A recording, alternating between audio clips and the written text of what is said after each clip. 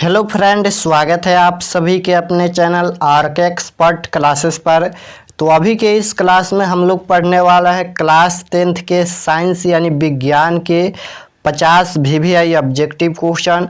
और ये 50 objective question matric board परीक्षा 2024 के एग्ज़ाम में आने वाला ये सभी क्वेश्चन है। तो यदि आप भी मैट्रिक बोर्ड परीक्षा 2024 में देने वाला हैं तो आप लोग से रिक्वेस्ट है कि क्लास में अंत तक बने रहिएगा। पूरे 50 ऑब्जेक्टिव क्वेश्चन देखने वाला है साइंस यानी विज्ञान के, बहुत ही महत्वपूर्ण क्वेश्चन 50 हैं। तो पहला नंबर क्वेश्चन आपके स्क्रीन पर है, पूछा गया है कोई धातु ऑक्सीजन के साथ अभिक्रिया करके उच्च गलनांक वाला यौगिक निर्मित करती हैं, यह यौगिक जल में विलय है, यह तत्व क्या हो सकता है। तो यहाँ पर देखिए, जब जल में विलय है तो यह तत्व कैल्शियम हो सकता है। ऑप्शन नंबर ए बिल्कुल राइट आंसर हो जाएगा। याद रखिएगा, ये क्वेश्चन एक बार एग्जाम में पूछा गया है। चलिए नेक्स्ट क्वेश्चन, अगर आप लोग चैनल पर नए होंगे तो चैनल को सब्सक्राइब कर लीजिएगा ताकि आने वाले नेक्स्ट क्लास आपके पास जरूर पहुंचे। 2 नंबर क्वेश्चन है, कौन सा धातु कमरे के ताप पर द्रव होता है। बताना है यहाँ पर कि कौन सा धातु कमरे के ताप पर द्रव होता है।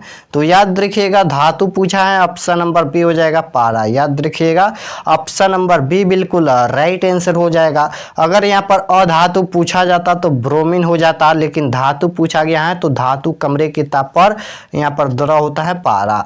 चलिए नेक्स्ट क्वेश्चन पूछा गया है, लोहे की परमाणु संख्या है। बताना है कि लोहे की परमाणु संख्या क्या है। तो लोहे की परमाणु संख्या 26 होता है। ऑप्शन नंबर डी में दिया है, ऑप्शन नंबर डी बिल्कुल राइट आंसर हो जाएगा। नेक्स्ट क्वेश्चन पूछा गया है, उदासीन विलयन का पीएच मान होता है। ये क्वेश्चन काफ़ी बार एग्जाम में पूछा गया है कि उदासीन विलयन का पीएच मान क्या होता है। तो उदासीन विलयन का पीएच मान 7 होता है। याद रखिएगा, अम्ल का पीएच मान 7 से कम होता है, क्षार का पीएच मान 7 से ज़्यादा होता है। तीनों याद रखिएगा, option number C is right answer. Next question पूछा गया है, सिल्वर क्लोराइड का रंग होता है। बताना है कि सिल्वर क्लोराइड का रंग कैसा होता है, काला या पीला या श्वेत या हरा। तो याद रखिएगा, सिल्वर क्लोराइड का रंग श्वेत होता है। ऑप्शन नंबर सी बिल्कुल राइट आंसर हो जाएगा।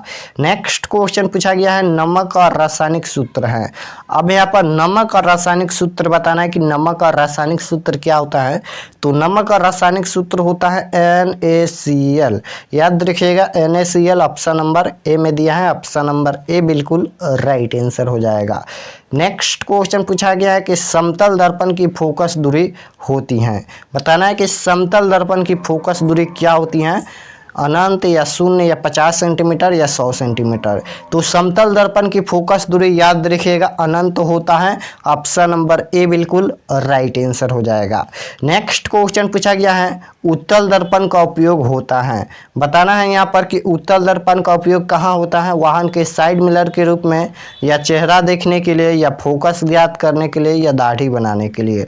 तो उत्तल दर्पण का उपयोग होता है वाहन के साइड मिरर के रूप में। ऑप्शन नंबर ए बिल्कुल राइट आंसर हो जाएगा। नेक्स्ट क्वेश्चन पूछा गया है, सरल सूक्ष्मदर्शी में किस प्रकार का लेंस कार्य करता है।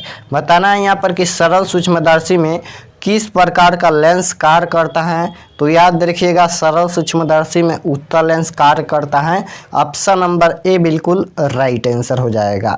नेक्स्ट क्वेश्चन पूछा गया है, प्रकाश के अपवर्तन के कितने नियम हैं। बताना है कि प्रकाश के अपवर्तन के कितने नियम हैं, 2 या 3 या 4 या 5। तो प्रकाश के अपवर्तन पूछे या प्रकाश के परावर्तन पूछे, दोनों का 2 नियम होता है, याद रखिएगा। और ये क्वेश्चन काफ़ी बार एग्जाम में पूछा गया है, हर साल एग्जाम में ये क्वेश्चन 100% पूछा ही जाता है। तो याद रखिएगा, ये क्वेश्चन का आंसर ऑप्शन नंबर ए हो जाएगा। प्रकाश के अपवर्तन के कितने नियम हैं। तो याद रखिएगा, प्रकाश के अपवर्तन पूछे या प्रकाश के परावर्तन पूछे, दोनों का 2 नियम होता है।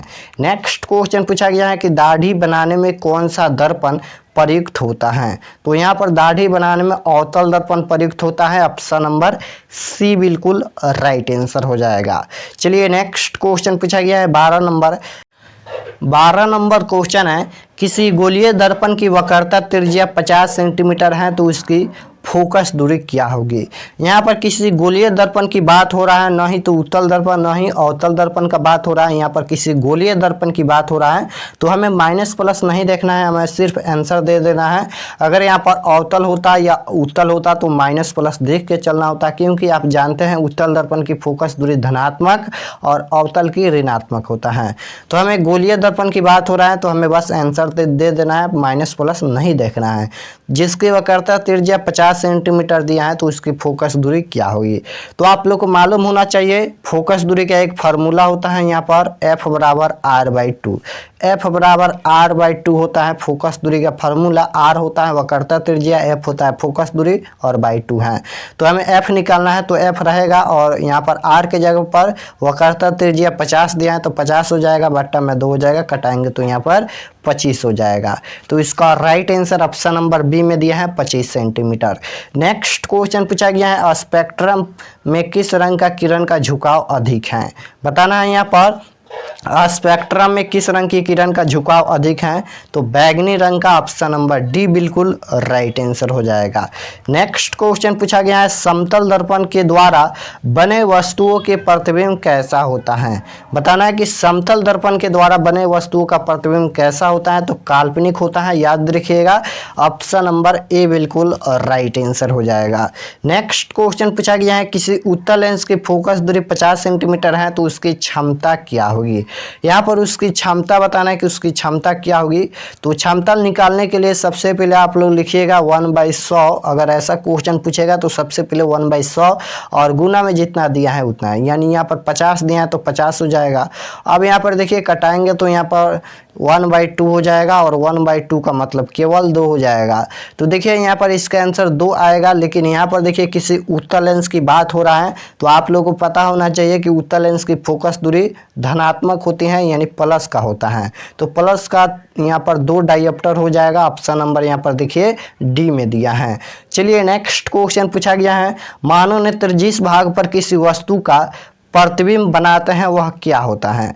बताना है कि मानव नेत्र जिस भाग पर किसी वस्तु का प्रतिबिंब बनाते हैं वह क्या होता है। तो याद रखिएगा दृष्टिपटल होता है या रेटिना होता है।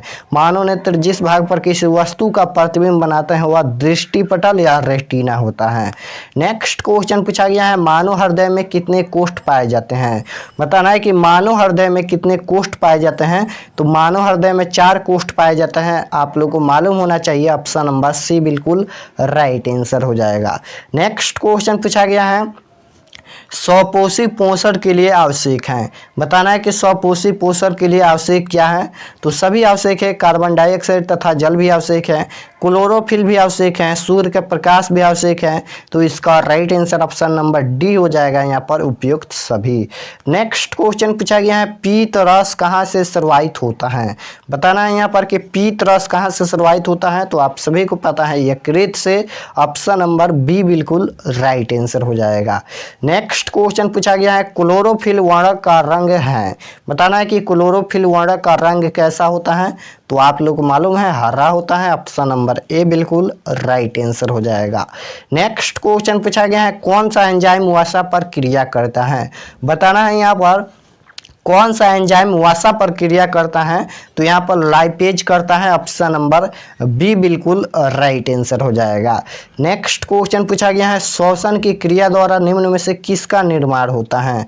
बताना है यहाँ पर कि श्वसन की क्रिया द्वारा निम्न में से किसका निर्माण होता है, यानी जब हम सांस लेते हैं तो किसका निर्माण होता है, रक्त का या यहाँ पर ऊर्जा का या एंजाइम का या प्रकाश का। तो जब हम सांस लेते हैं तो ऊर्जा का यहाँ पर निर्माण होता है। ऑप्शन नंबर बी बिल्कुल राइट आंसर हो जाएगा। नेक्स्ट क्वेश्चन पूछा गया है और श्वसन कैसी रासायनिक अभिक्रिया है। तो श्वसन एक ऊष्माक्षेपी अभिक्रिया है। नेक्स्ट क्वेश्चन 23 नंबर पूछा गया है स्वपोषण होता है। बताना है कि स्वपोषण किस में होता है। तो हरे पौधों में होता है। ऑप्शन नंबर बी बिल्कुल राइट आंसर हो जाएगा। नेक्स्ट क्वेश्चन पूछा गया है इंसुलिन नामक हार्मोन की कमी से कौन सा रोग होता है। बताना है कि इंसुलिन नामक हार्मोन की कमी से कौन सा रोग उत्पन्न होता है। तो यहाँ पर मधुमेह होता है। ऑप्शन नंबर सी बिल्कुल राइट आंसर हो जाएगा। नेक्स्ट क्वेश्चन पूछा गया है, कौन सी बीमारी श्वसन तंत्र से संबंधित है। बताना है यहाँ पर कि कौन सी बीमारी श्वसन तंत्र से संबंधित है। तो यहाँ पर निमोनिया बीमारी श्वसन तंत्र से संबंधित है। ऑप्शन नंबर यहाँ पर बी बिल्कुल राइट आंसर हो जाएगा। नेक्स्ट क्वेश्चन पूछा गया है, अंडाणु निषेचित होता है। बताना है यहाँ पर कि अंडाणु निषेचित किसके द्वारा होता है, योनि या गर्भाशय या अंडाशय या फिलोपियन नालिका से। तो याद रखिएगा अंडाणु निषेचित होता है फिलोपियन नालिका से। ऑप्शन नंबर डी बिल्कुल राइट आंसर हो जाएगा। नेक्स्ट क्वेश्चन पूछा गया है, खुला परिसंचरण तंत्र किसमें पाया जाता है। बताना है यहाँ पर कि खुला परिसंचरण तंत्र किसमें पाया जाता है। तो याद रखिएगा केवल काकरोच में पाया जाता है। ऑप्शन नंबर डी बिल्कुल राइट आंसर हो जाएगा। नेक्स्ट क्वेश्चन पूछा गया है, द्विखंडन होता है। बताना है कि द्विखंडन किसमें होता है, अमीबा में या लिस्मेनिया में या पैरामेसियम में या इनमें से सभी। तो द्विखंडन किसमें होता है। तो याद रखिएगा इसका राइट आंसर क्या हो जाएगा, द्विखंडन इनमें से सभी में होता है। ऑप्शन नंबर डी बिल्कुल राइट आंसर हो जाएगा। नेक्स्ट क्वेश्चन पूछा गया है, किस जीव में हीमोग्लोबिन नहीं होता है। बताना है यहाँ पर कि किस जीव में हीमोग्लोबिन नहीं होता है। तो मक्खी में हीमोग्लोबिन नहीं होता है। ऑप्शन नंबर सी बिल्कुल राइट आंसर हो जाएगा। नेक्स्ट क्वेश्चन पूछा गया है, मानव हृदय घिरा हुआ है।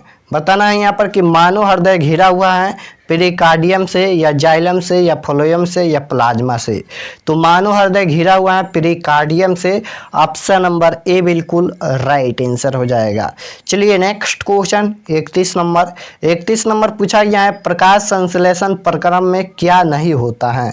बताना है यहाँ पर कि प्रकाश संश्लेषण प्रक्रम में क्या नहीं होता है। तो याद रखिएगा ऑक्सीजन का मुक्त होना नहीं होता है। ऑप्शन नंबर बी बिल्कुल राइट आंसर हो जाएगा।